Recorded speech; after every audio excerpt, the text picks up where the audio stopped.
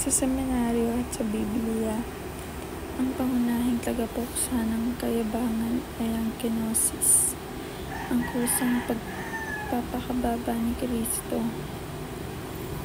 Ang salitang kenosis ay mula sa Griegong keno, nangangahulugang to empty oneself o paglubos na pag-alis ng sariling karapatan. Sa Philippians chapter 2 verse 5-8, mababasa natin na si Jesus, bagamat siya ay nasa anyo ng Diyos, ay hindi ipinagpilitang manatili sa kanyang pagka-Diyos. Sa halip, kusang loob siyang nagpakababa, naging alipin at naging masunurin hanggang kamatayan kahit pa sa krus.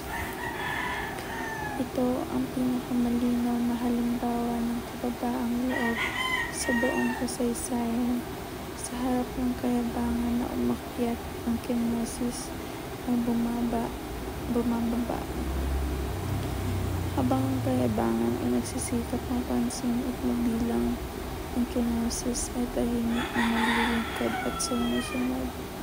Kung gusto mong tuksain ang kayabangan sa puso mo, tularan mo si Kristo, i-empty mo ang sarili mo, ang pagmamataas ang karapatan, ang sariling hangarin. Sa halip, piliin mong maglingkod, ipatawad at magpakumbaba. Ang kenosis ni Kristo ay pinakamabisang lunas sa lason ng kayabangan. Suriin mo ang may pride. Suriin mo kung may pride na unti-unting lumalago sa puso mo. Naiinis ka ba kapag hindi ikaw napapansin? Nahihirapan ka bang tumanggap ng payo o koreksyon? Mas gusto mo bang ikaw ang pinupuri kaysa makinig sa iba? May mga bagay ka bang ginagawa hindi dahil sa pag-ibig, kundi para mapahanga ang ibang tao?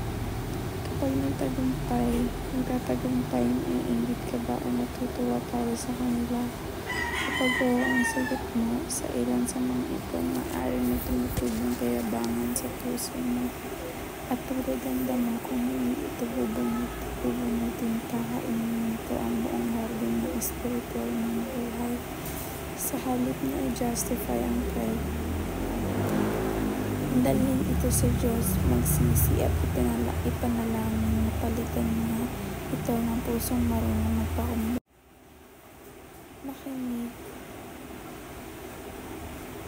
at magmahal ng totoo. Pukawin at alisin ang kayabangan sa pamamagitan ng pagkakabumbaba ni Kristo.